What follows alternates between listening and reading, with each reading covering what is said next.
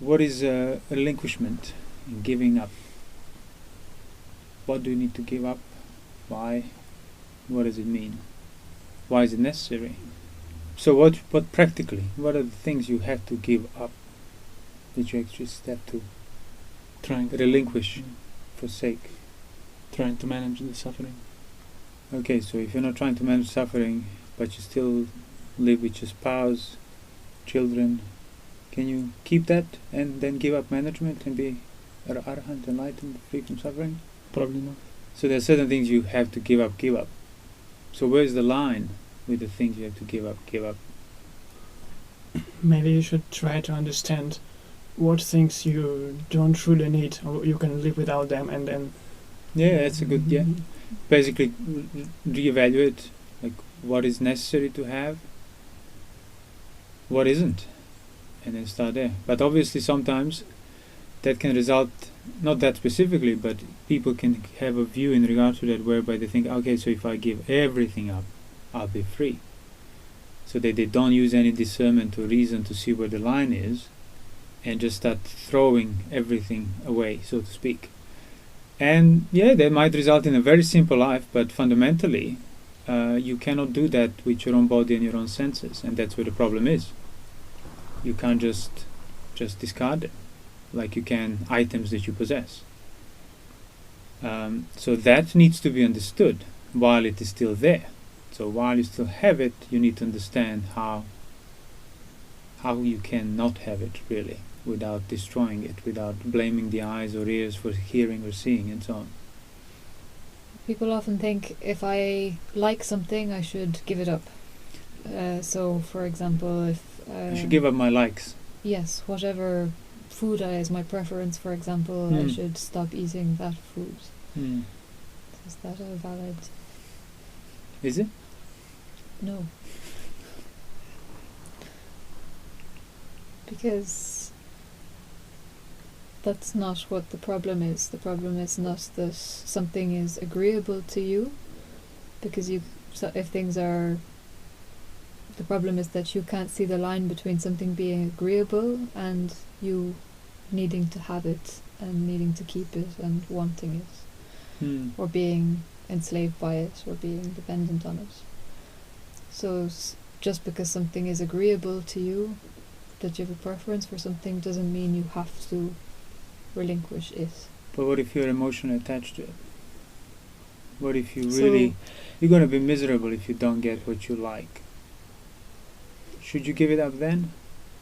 So sometimes I think yes, it can help, but then there's obviously a limit to that. Like, you can't give up all food because you can't stop having some kind of desire in regard to food. But would it be okay that somebody gives up only food that they like and only stuff that they don't like? Would that result in growing their mind? And no. Why not? Because it's still acting out of likes and dislikes, just denying, just doing the opposite. Right, but they're not feeding their likes anymore. They're not eating the stuff they like. They only eat the stuff that they don't like. Yes, but they're acting out of the same thing. Which thing? Preference. Just turning it the other way. The preference towards the yes, liking food. The taste. Sure. And what else is a problem there? The belief that the problem is in exactly. Yeah. Mm-hmm. Yeah, your preference, your like, your emotional dependence was not in the taste. Mm-hmm. So yes, there is a practical line there, as in, if you have no perspective, then yeah, maybe give it up. Like, don't eat that, just to see whether your mind will be disturbed and how much. But fundamentally, yeah, that is not where the problem is. Mm-hmm. The problem is in the desire and lust that's infecting your thoughts, not the sense objects. And that's where the uprooting, that's where the true relinquishment happens. But in order to even kind of comprehend that direction, yeah, some practical, physical relinquishment needs to be done, needs to be actually performed. So yeah, the reference is, of course, the precepts, things you would give up through the precepts. And then further than that, yeah, everybody can get really inspired with the idea of the austere life and then just start throwing everything out. But Now that can become an issue. You might be just acting out of a view that implies that problem was in these things, not in my desire and lust on the mental level.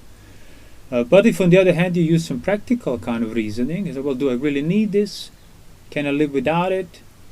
Certainly it's better to be less cluttered. Certainly it's better to go in the direction of relinquishment and simplification.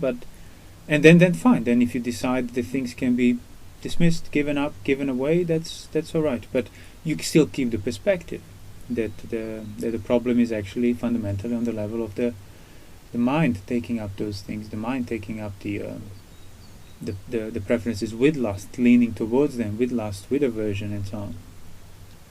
What kind of relinquishment then? Because the suttas say basically that pretty much the prerequisite for establishing a mind and dwelling in jhana is the complete relinquishment.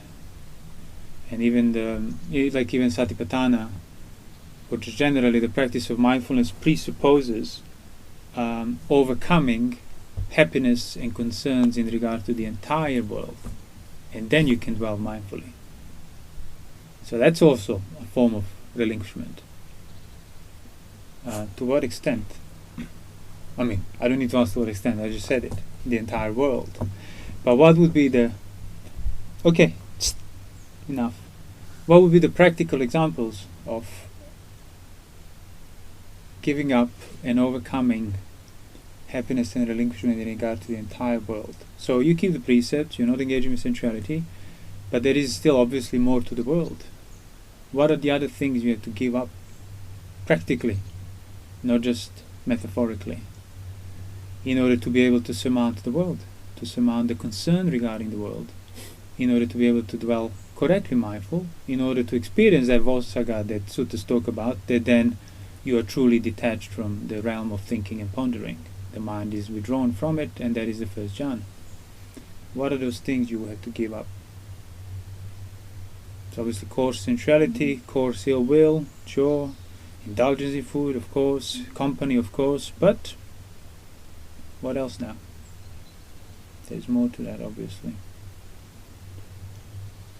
Maybe it's like indulgence in thought. I'd say like to put too much value on sort of arranging things.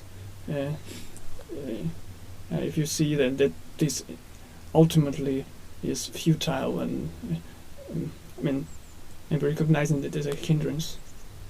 You mean like arranging things on the level of the thought? Yes. Sort of controlling it or making it whatever. Yeah, sort of, quieten it. Yeah, but see, the problem with that could be that somebody can do that before they got the right view. So they're quieting their mind down with ignorance. So they still don't know the escape, but they start valuing the non-disturbance. But seeking the practice is disturbing, but it's a good type of disturbance because it can result in the right view that can then result in complete liberation.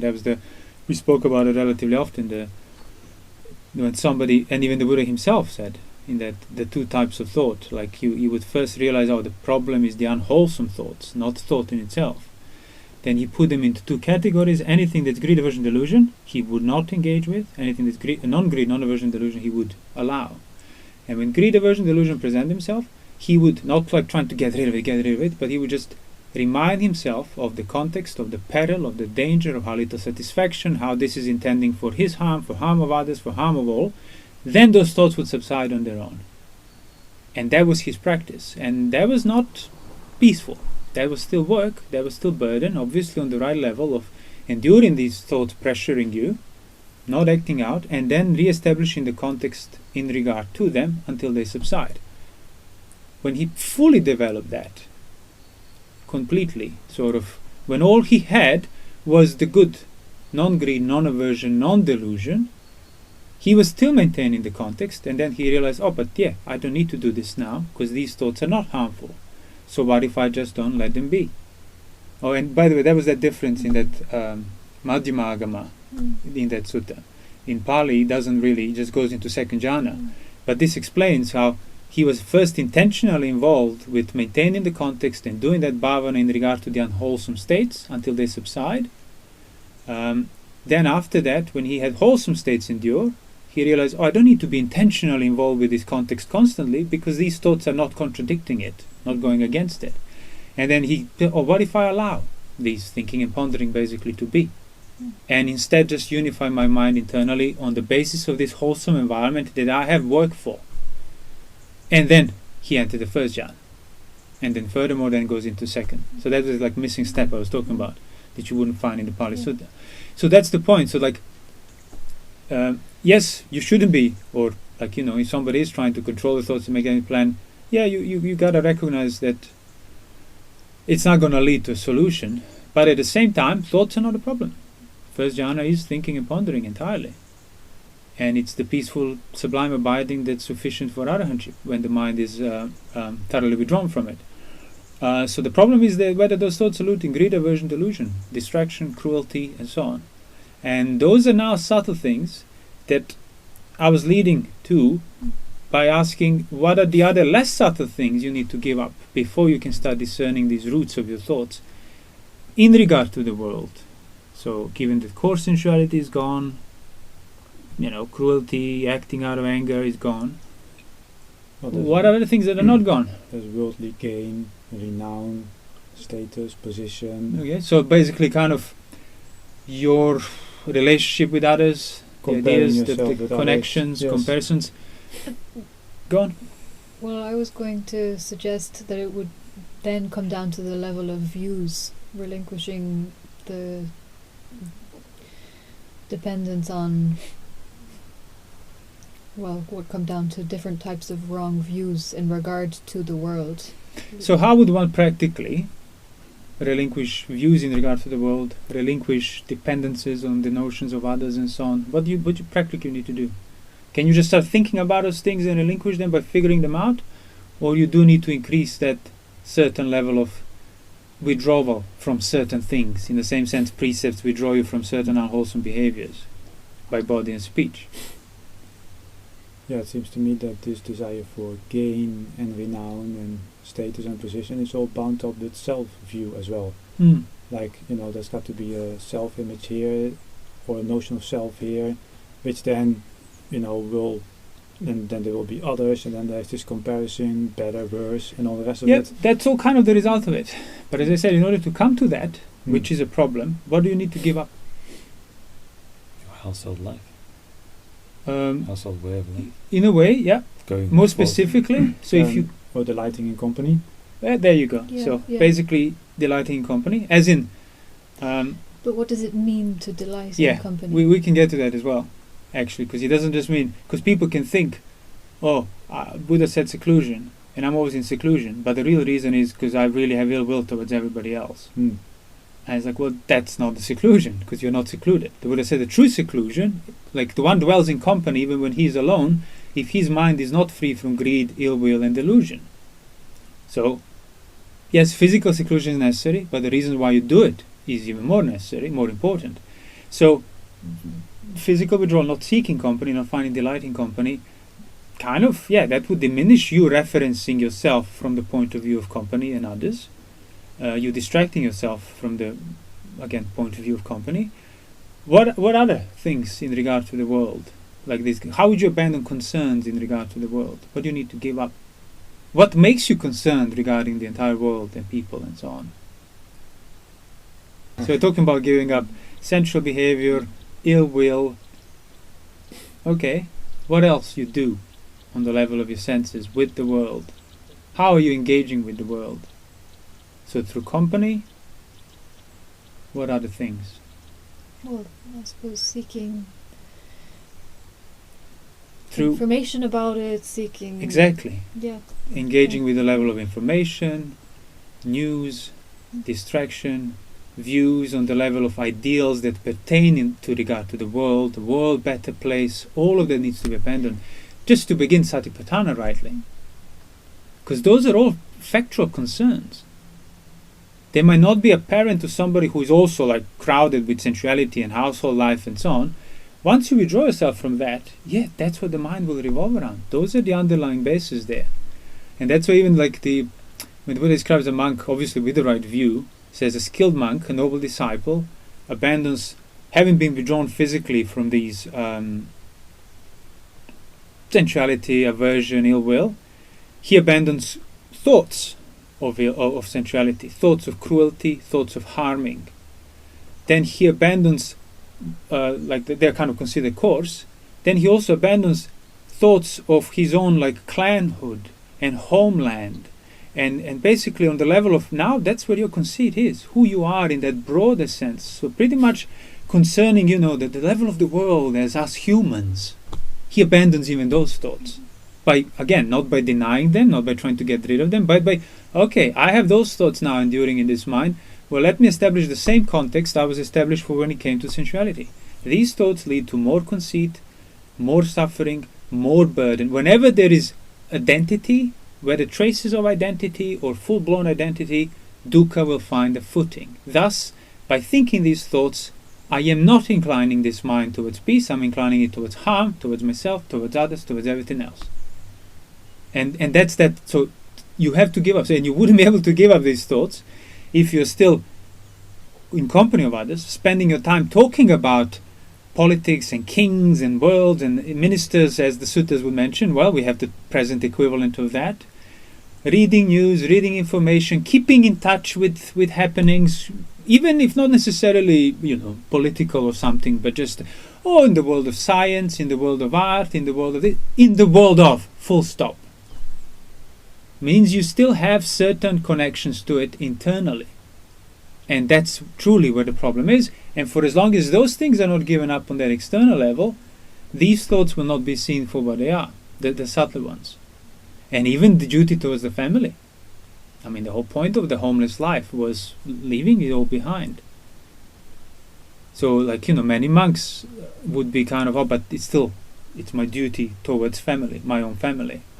It's like, well, to that extent you will not be abandoning thoughts of your clanshood and belonging and caste and wherever you come from, because you are still taking on that external duty of through which you are maintaining this internal identity. It has to be, I am alone in this world for which I have no more happiness nor concern. And the reason that you would have no more happiness or concern in regard to the world is precisely because you would see also that, for example, if you get bothered by war going on in the world or poverty going on in the world or things going on, but you see what is the root cause of any of those things, greed, aversion, delusion, for example. So if you see where that problem is rightly in yourself, you could not be concerned whatsoever with anything that goes on with the world. You're taking that seriously. That is why you're concerned with the world. Exactly, because you are not. Because of those things that are root of all these problems and concerns and seeking the safety and so on.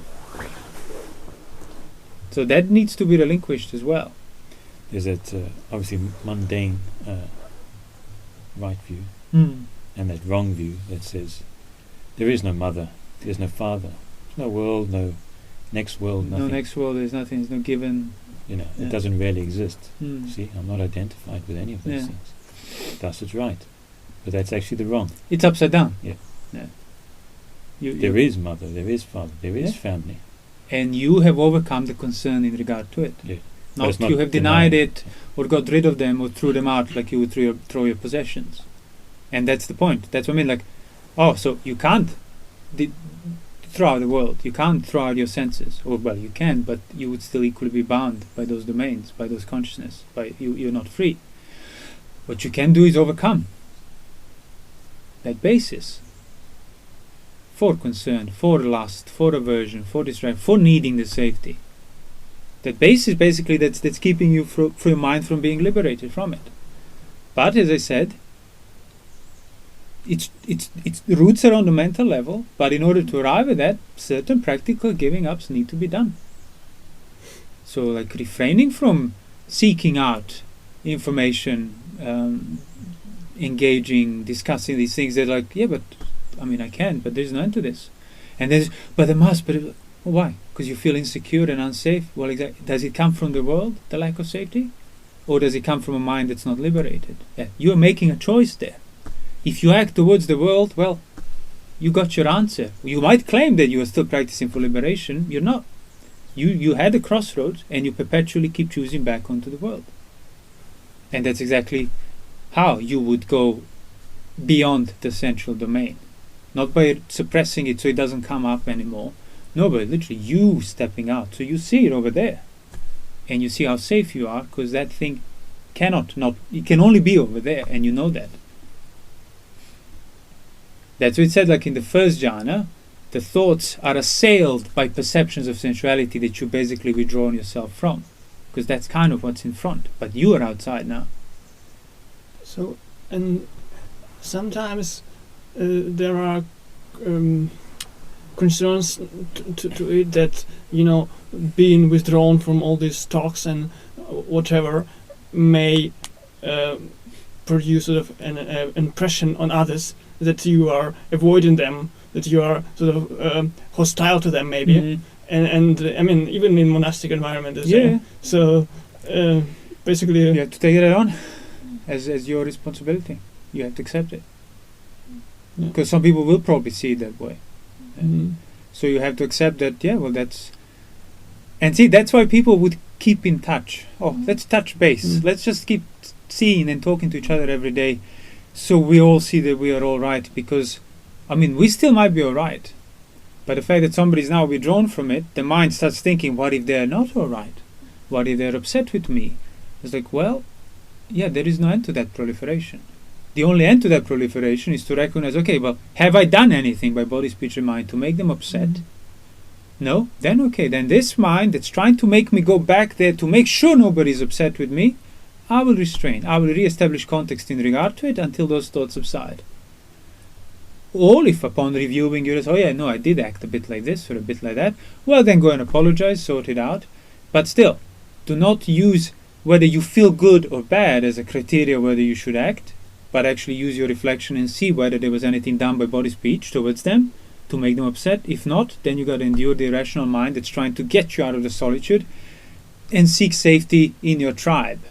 And that is so the thoughts of, what will my peers, what will my clan, what does my family, what does my brothers think of me? Those are the factual concerns. It's not like these random kind of abstract thoughts that a skilled monk would have. No, it's like on the level of sensuality and ill will that now you abandoned. Well, what took their place are thoughts about who you are, who you were, how others see you, your past, your everything. And so, it's going to have that same weight. And now you practice that right context in regard to it, which means it's not always going to be feel pleasant. In the same sense, practicing the context against the, sensual pull or acting out of aversion won't feel pleasant. That's also quite directly related to being unable to see wholesome as wholesome and unwholesome as unwholesome, because measuring yourself, what I should do or what I shouldn't do, did I act wrongly or not, on the level of what will my clan, the people I admire, the people or whatever, what will they think of me, is basically what can, in the beginning you might need to use the advice of wise people to send you in a good direction, but at some point you need to be able to discern for yourself what is acting wholesome, what is acting unwholesome, and not depend on basically opinions. And when you do, those thoughts will still come. Yes. Because that's what the mind does. But then it still has the habits rooted in those subtler forms of lust and aversion. But if you have the right reference, you won't be acting out of how those thoughts make you feel. You won't be acting out of doubt, in other words. Exactly. You would know whether to, I gotta endure this, and re-establish the context until subsides on its own, or, I should actually make some effort externally, sort the issues I created, and then go back to this. Either way. Yeah. I remember one discussion with one monk about it, and basically he was referring to the Buddha himself, having small talks basically. When somebody comes to him and they exchange some greeting, pleasantries and stuff. Pleasant talks. So how to understand where is the limit to it, so to say. The reason behind. See, they started small talk for other purpose, so he met with us. So it's like a way of expressing sort of friendliness, and then it would go into a point. So he wouldn't have a small talk for the sake of distraction, for the sake of non-perspective, for the sake of greed or aversion. He wouldn't have the small talk for the sake of carelessness. So yeah, that's what it is. Maybe one can say then that, well, as long as one sees that these talks really produce some one main thing is that as long as one realizes one is not the Buddha, not even an Arahant, one will not understand how can Arahant have a small talk. So until then, maybe take the small talk seriously in that sense. Do it only, like as I said, as a way of relating to others, but not more, not less. Not make a big deal out of it. I want to talk to you, and stop talking to me, and then get angry with everyone who says good morning to you or something. But fundamentally recognize, I don't know where the line is, because if I did, I would have the right view and be on the verge of arahantship and so on. And when I am, then I'll figure out how can the Buddha speak with kings about seemingly pointless stuff. So there is that order of things. So could the criterion be that as long as I know that this sort of talks is sort of unwholesome to me, at least, I should refrain from them? If you know what unwholesome is. Like not like, I don't like this. That doesn't necessarily mean it's unwholesome. No, I mean, let's say producing all these concerns, and I mean, let's say there is some, let's say, innocent talk about politics. I know that if I step in, and I think that's an oxymoron. No, sure, of course. Like if I don't want my mind going there, you don't have to talk to it. And if people keep insisting, then you basically stop associating with them. It's as simple as that. Because just general household life, those are the factual, real life concerns, and they should not pertain. That's why, even like in the suttas, when monks would sort of put each other down, they would say you can't take him seriously. He's intimate with householders. He has householders for his friends. Means he's not a proper monk. That's all it took, having householders as your friends, because you kind of share their concerns by implication. But then there were cases of arahants having householders for their friends. So in and of itself, as I said, that's not where the root of the problem is. But most practically, for most people, that has to be restrained until you actually uproot it. And then to what extent you'll engage in those talks afterwards, you'll see. But it won't be done for the sake of distraction or whatever else. Or out of, I don't really care about the politics, but I care what others think about me. And now they want to talk politics, and if I don't politics, they'll think bad about me, so I'll talk politics, or whatever they want to talk. Well, that's equally unwholesome. So I'm acting out of that weakness. No, I need to take on the weight. They might talk badly about me behind my back. That's fine. And that's part of relinquishing my concern, my conceit defined by others. It's not going to be pleasant because it was something you accrued and lived by. So it's who you are, pretty much.